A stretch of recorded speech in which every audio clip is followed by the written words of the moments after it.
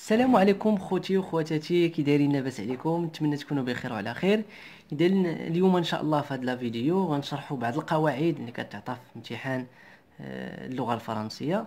يعني كما كتعرفوا، يعني لا بليبار ديال دوك الدروس راه حطيتهم في القناه. يعني الا دخلتوا البلاي ليست ديال الدوسي خاص باللغه الفرنسيه غتلقاو فيه تقريبا اغلب الدروس اللي كيتحطوا راه درتهم تما. فيما يخص راه درت لي فيغور دو ستيل، درت لا نيغاسيون، لا كومباريزون، بالنسبه للكونجيغيزون، لا كوز يعني كومبليمون دوبجي ديريكت و انديريكت، درت سي سي ام يعني كومبليمون سيركونستانسيال دو مانيير دو ليو الى اخره. يعني درت لا بليبار ديال الدروس، يعني غير تفهموهم، وراه دائما غير تفهم القاعده وراه كتطبقها على كل شيء.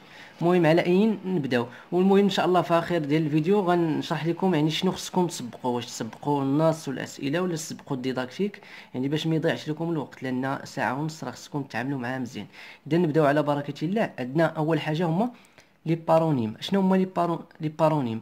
هما سو سون دي مو qui ont une prononciation très proche mais ont un sens différent. مزيان.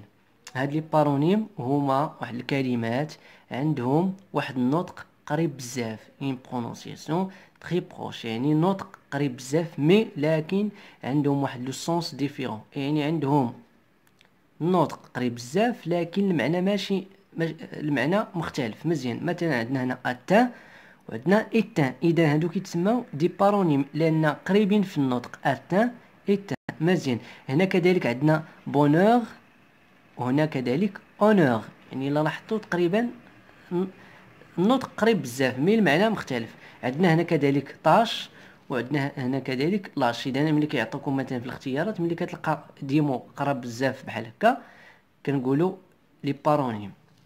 اذا دابا نمشيو لي سينونيم. مزيان. شنو هما لي سينونيم؟ هما سو سون ديمو دو ميم سونس، يعني كلمات نفس المعنى، كلمات عندها نفس المعنى. مثلا الا مشينا ليفير كنقولوا غولي وكنقولوا سيركولي. مزيان.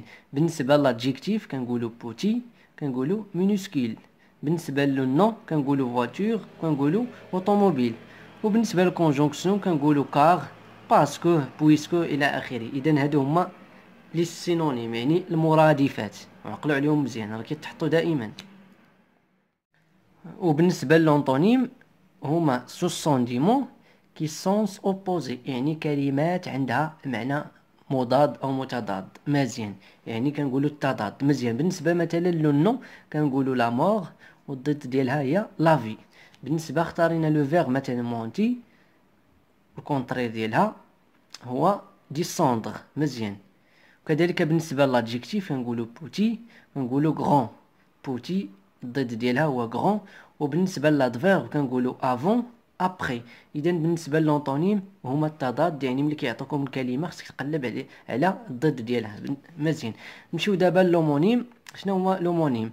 سو سون دي مو دو ميم برونونسياسيون اي ديفيرون سونس. مزيان. يعني كلمات عندها نفس النطق لكن المعنى مختلف. مزيان. مثلا كنقولوا افوكا كنقولوا لافوكا. يعني مثلا لافوكا مثلا محامي ولافوكا كنعنيو بها فخوي، يعني نفس النطق مي المعنى مختلف. كنقولوا مثلا شون يعني لو فيرب شونتي، il شون يعني يغني، وتقريبا كنقولوا لو شون هو الحقل. اذا هادو كيتسموا لومونيم.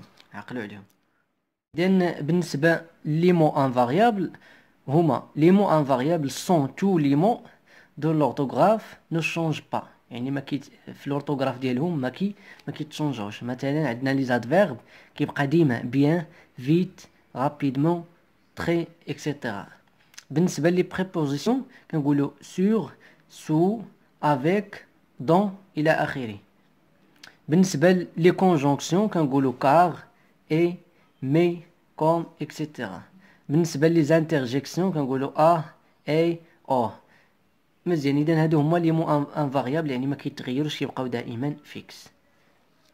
اذا دابا نمشيو لو فيتور بروش. شنو هو لو فيتور بروش؟ هو لو فيرب الي او بريزون كنزيدوه لانفينيتيف ديال داك الفيرب اللي تابعو. مزيان. اذا كنقولوا الي او بريزون بلس لانفينيتيف ديال لو فيرب اللي تابعو. اذا واحد ليكزومبل غنقولوا جو في بارلي جو في parler إذا je vais يعني le verbe aller au présent و parler هو l'infinitif. دابا نمشيو لو باسي récent. لو باسي récent مزيان. شنو هو لو باسي récent؟ هو venir le verbe venir au présent plus كنزيدها دو plus l'infinitif du verbe. مزيان. نعطيو اكزامبل مثلا غنقول je viens de dire je viens de dire إذا le verbe venir au présent plus de هي plus l'infinitif ديال داك الفيرب. مزيان. دابا نمشيو لو كونديسيونيل بريزون. شنو هو إذا عندنا لو كونديسيونيل بريزون هو لا كونجيغيزون دي فيرب يعني au futur simple زائد لي تيرمينيزون دو لامبارفي. بمعنى كيكون عندنا واحد لانفينيتيف ديال واحد الفيرب زائد لي تيرمينيزون ديال لامبارفي. ندير واحد ليكزامبل مثلا غنخدمو هنا على لو فيرب بارلي.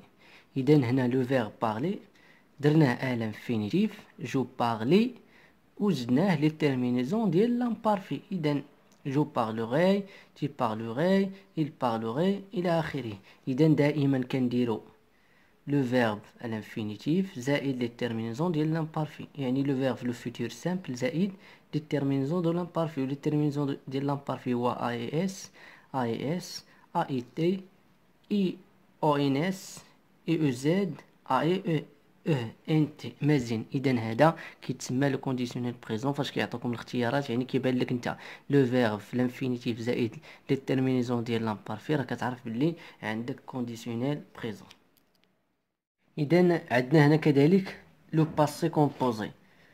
إذا لو باسي كومبوزي هو être ou bien le verbe être ou bien le verbe avoir au présent plus le participe passé. مزيان. إذا كنديرو لو verbe avoir ولا être كنديرو لو participe passé. مزيان. مثلا غنقولو عندنا لو verbe مثلا parler.